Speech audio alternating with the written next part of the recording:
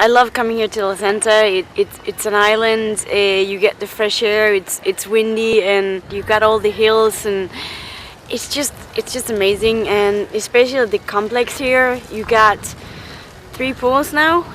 So 24 lanes with 50 meter, and it's outdoor. And it's always nice to swim in. And you have some really good opportunities to run here. You can run off road. You can run on pavement, you can run in like track and field, and so whatever you have to do.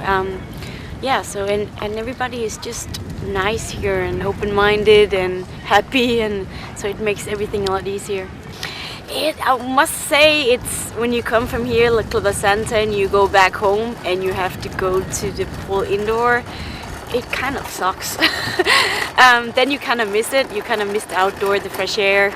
I used to be not professional swimmer. I used to be on the national team in swimming, but I stopped swimming in 2002, and I didn't go to the water at all for 8 years before I started doing triathlon. But when you get into it again, it's actually nice, and it's kind of like biking. When you first learned how to bike when you're a kid, you can always bike. So it's kind of the same with swimming. You just have to pick it up again. What I like about triathlon is that, like, you don't have a coach standing next to you. You have to be your own ambassador. You have to do your own work. You have to get yourself out of bed in the morning to do your training. And like I said, like, there's no coach standing taking your split times when you do some biking or running. You have to control it yourself, and that's kind of what I like about it.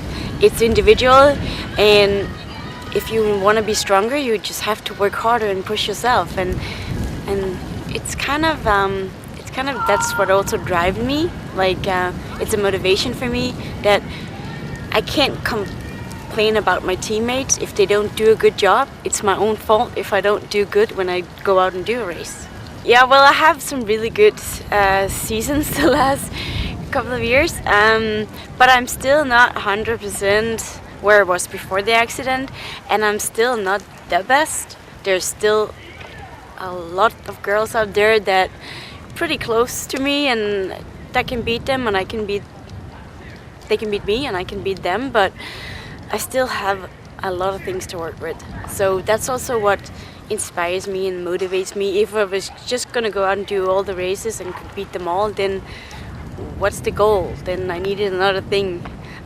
So for me, it's just, I know I'm not good enough yet. I had the crash just before Kona 2 years ago, and then last year I wasn't ready. This year, it's just gonna be the experience to be there racing. I know I'm not 100% back. I'm not as good shape as I was when I crashed. So for me, this year is just be there and like get the experience, so I know what to work on for the next year. So next year will be better. But I also learned it after the accident that I'm better now to say no, and I stop when I feel a bad pain. Before, I was really good at just shutting it all down and just continue. But you learn from experiences, and you learn from, like, when you hurt yourself, because there's also a life just after Kona, and if I want to do other races, I still have to be careful and not go and smash myself or injure myself. You have a lot of things going through your head when you're out racing. A lot of voices in your head saying, oh, this is really hurting, or maybe you should just stop running and start whatever. There's a lot of things going through your head, but that's the mental part about this sport. Like, you have to have a physical limit, but the mental limit, that's where you want to be number 1 or you be number 10. It's not the physical part, it's the mental part.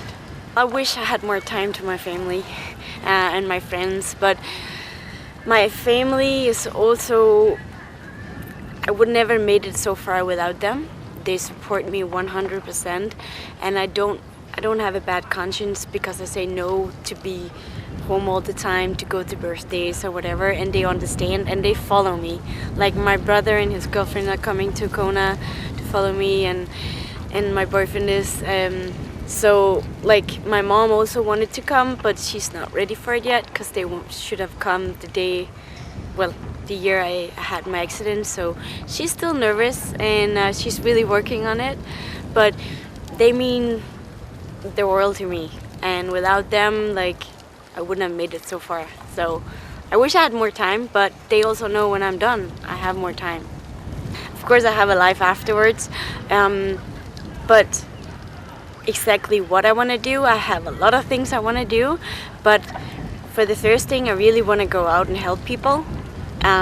Also all that I've been through, like when I help to, because a lot of people give up before they actually should. So I want to go out and help people and get them going instead of just going down.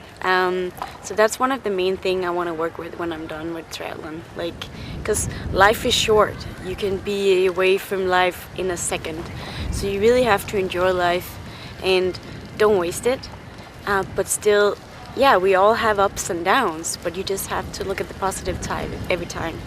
A lot of people ask me that, why are you back to triathlon? You crashed on the bike, it took you into coma, and like, why? And I was like, this is because this is the sport I love. And I feel so lucky that I'm actually able to do a sport that I love for the first, but I also go around the world, see other people, meet other people. It's things I have for the rest of my life. So I really enjoy it. Yeah, it's hard work, and sometimes I'm really tired and I'm really like, what are you doing? But it really, it's worth it all.